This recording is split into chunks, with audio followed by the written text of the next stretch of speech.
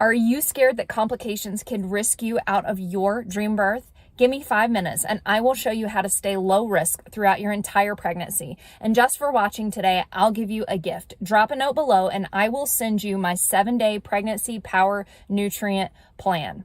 Now, for those of you who don't know me, I'm Kristen and I'm a pregnancy coach who works with mamas all over the world. I've had 8 babies myself and I've helped thousands of mamas have healthy pregnancies and prepare for awesome births. Now, in every single video, I'm going to give you one strategy that is going to help you give your baby a beautiful birth. And again, today we're going to talk about how to stay low risk throughout your entire pregnancy. So most moms do not have a clue as to what they are eating.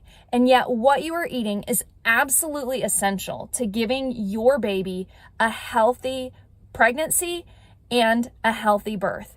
In fact, what you eat every day is critical to staying low risk throughout your pregnancy. People don't talk about this a lot. In fact, you will hardly hear your doctor mention food at all, except for maybe to give you a list of things that you should not eat. But the truth is, there are many things that you should eat, and some of them are even counterintuitive. You may not have even heard about what you're really supposed to be eating. Sure, you've got a list of what not to eat, and you might have one of those trendy lists of pregnancy superfoods.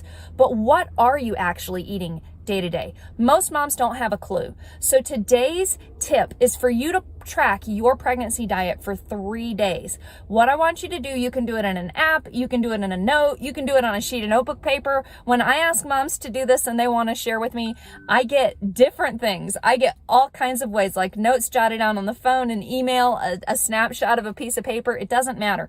Just write down what you eat. You don't have to put it in a fancy app, though if you're already using an app, you can do that. So write down what you're eating every day from when you get up in the morning until you go to bed at night. And for good measure, write down your supplements too. If you take a prenatal vitamin, write that down.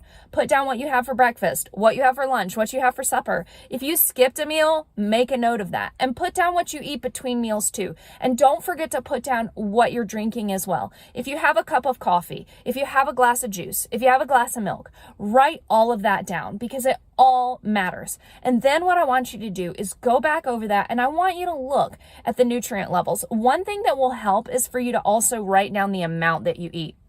So if you have a salad with chicken breast, write down about how much chicken there is. A good way to write down meats is to look at the size of your finger. And so if you have a chicken salad that's got 3 strips of chicken breast about the size of 3 of your fingers, that's about 3 ounces of chicken. Or if you eat eggs, write down I ate 1 egg. Or if you're eating a dish with beans, write down I ate a half cup of beans, because that will help you estimate how much protein and how much nutrients is in that food. Now, when you're looking over this list, what should you look at? Most people are like, well, certainly I should be looking at the veggies, Kristen.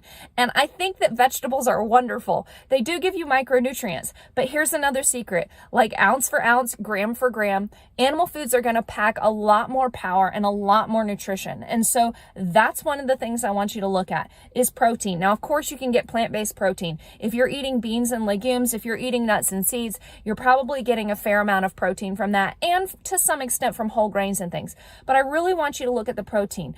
Take a look at how much you've eaten. For example, if you've eaten that salad with the chicken with 3 strips of chicken on it that are about 1 ounce each, that's about 21 grams of protein. That's a really good amount of protein. And I'm going to talk more about protein in another meal, but what you really want to look at is how much protein am I getting in a day? Because many moms aren't getting nearly as much as they think that they should. And it's one of the most important pregnancy nutrients.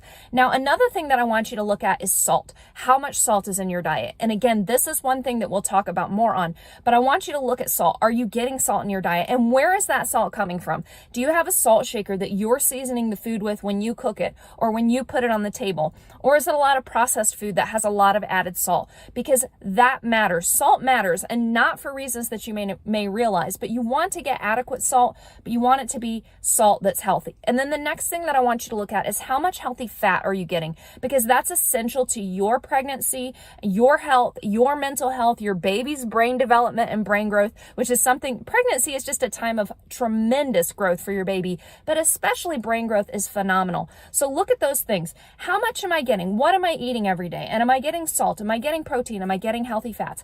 Looking at your pregnancy diet and starting to get an idea for what you're eating is the key to having a healthy and low risk pregnancy. Now remember, if you want it, drop me a line below and I will send you my 7-day pregnancy power nutrient plan, which is going to go over these nutrients in more detail and give you the information that you need to turn your pregnancy diet around in just 7 days.